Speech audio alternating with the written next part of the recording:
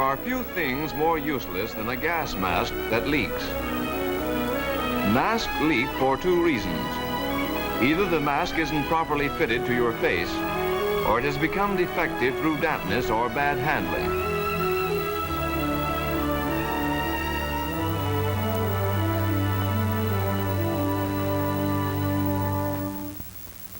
On being issued a mask, you should first remove the adhesive tape from the air intake holes of the canister, and then fit the mask to your face.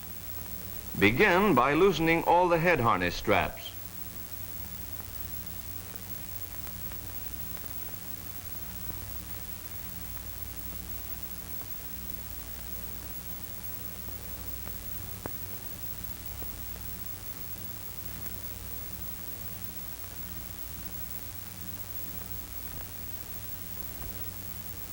Then put the mask on your face, holding it in place with one hand.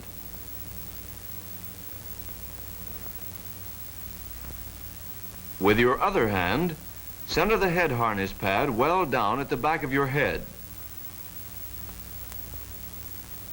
There are 3 pairs of harness straps. First, tighten the middle pair of straps directly above your ears, one at a time. Pull up about the same amount on both straps, so that the tension will be the same. Then check the head harness pad again. The mask should fit comfortably and not too tightly. Now do the same with the 2 top straps. Pull each one up approximately the same amount. Adjust the bottom pair of straps together. Remember, the mask shouldn't press too hard against the face, just fit snugly.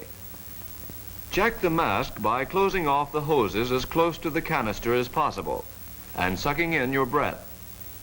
If the mask is correctly adjusted, no air should enter, and the mask tends to collapse. If the air enters, there is a leak somewhere. Seat the mask to your face again. Work the face piece up towards the top of the face.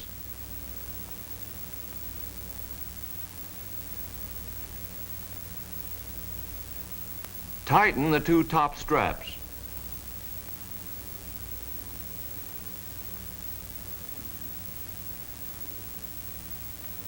Then recheck the mask.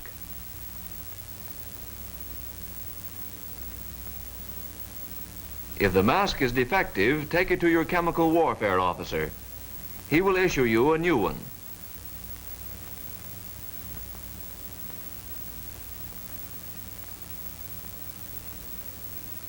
When you're issued your mask, you become personally responsible for its care. You should inspect your mask once a week.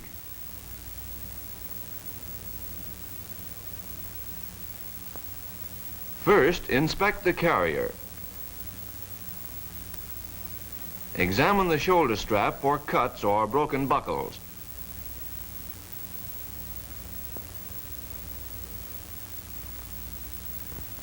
Then examine the rest of the carrier.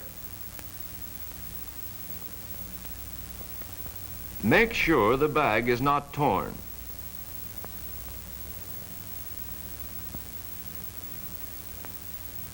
That the snap fasteners are working.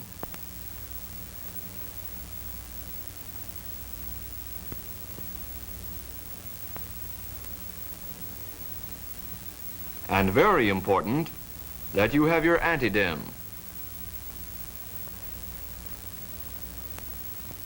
Now inspect the mask. The easiest way to do this is to follow the flow of air through the mask. As air enters through the canister, first inspect that. Examine the canister for punctures, dents, rusty spots, or broken seams. Shake it to make sure it does not rattle. If it does, show it to your chemical warfare officer. Next, examine the hoses one at a time. Make sure the hose is not cracked where it joins the canister.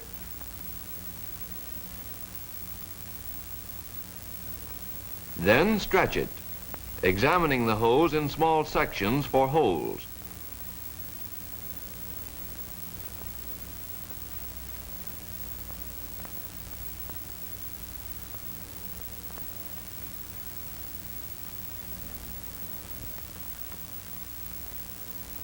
Lastly, examine the connections between the facepiece and the hose. Afterwards, inspect the other hose. Now inspect the facepiece. Stretch it to see if there are any holes or tears, particularly where there are connections.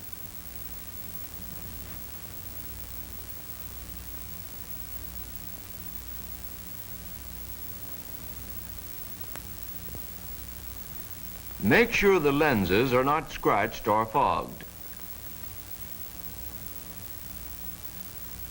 Check the diaphragm assembly to see if the plastic discs are properly in place and are not torn.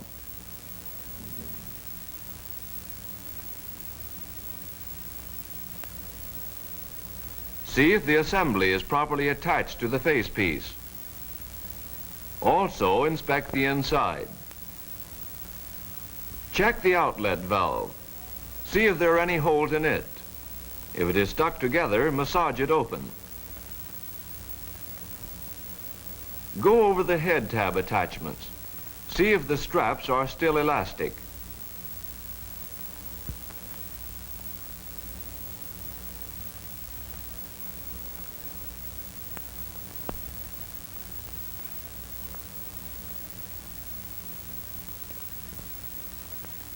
Make sure the canister clip is properly fastened.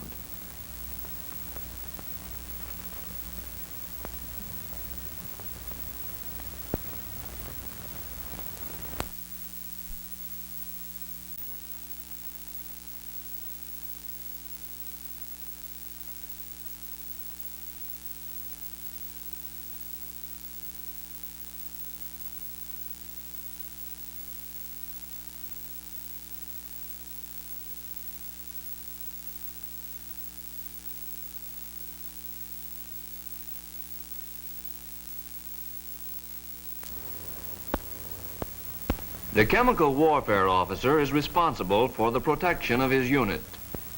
At least once a month, there will be inspection of all masks and a quick check to make sure that the men are able to handle them properly. Before giving your mask to the officer for inspection, put on the mask. Check the fit.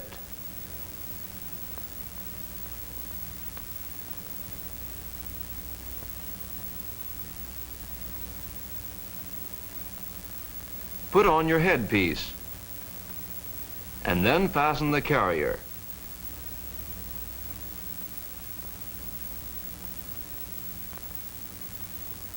Test for gas before removing your mask.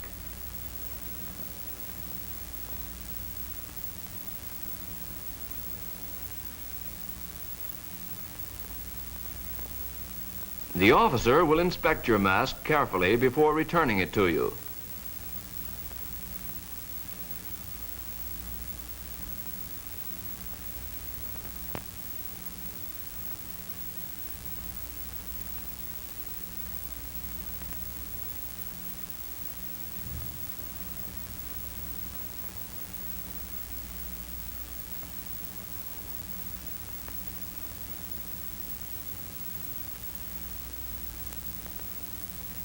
Then replace the mask in the carrier.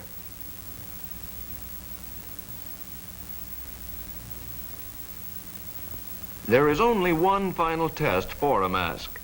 Will it give protection in the presence of real gas? The squad is sent into a gas chamber, and gas is released.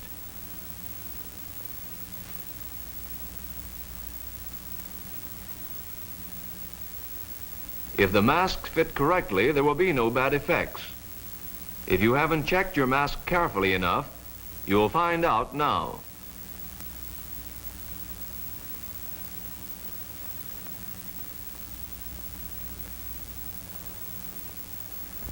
There are 8 simple rules to remember for taking care of your mask. Keep your mask dry. Keep water away from the mask. It cakes the chemicals in the canister and rots the carrier. Put nothing in carrier but anti-gas equipment. Don't use your carrier to carry extra gear. It forces the facepiece out of shape. This is your anti-gas equipment. Nothing else belongs in your carrier. Keep your carrier clean. Don't let your carrier get covered with oil, grease, or dirt. It mildews the material. Handle carefully. Your mask is not a pillow or a cushion. Treat it gently. And don't leave your mask in the hot sun or on top of a radiator. You will ruin the rubber. Don't overstretch head harness. The head harness is elastic, but elastic can be stretched too far. Go easy with it. Replace mask carefully. Don't crowd your mask back into the carrier as though you were stuffing clothes into a trunk. You'll break or bend something, and you can't withdraw your mask readily.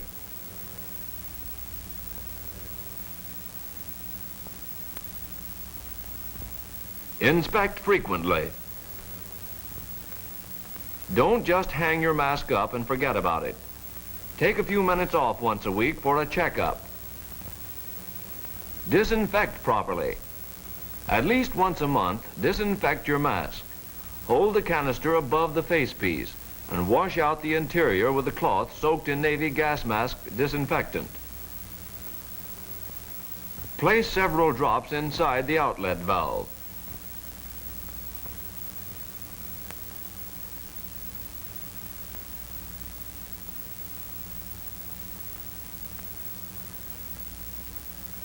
Let the mask remain moist for about 15 minutes. Then wipe out the inside of the facepiece with a clean, dry cloth. Let the mask dry thoroughly for at least 30 minutes before it's returned to the carrier.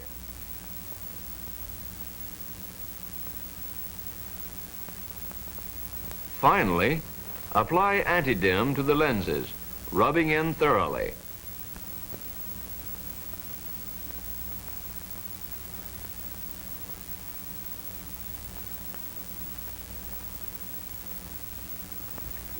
A properly cared for mask may someday save your life. Take care of your mask, and it will take care of you.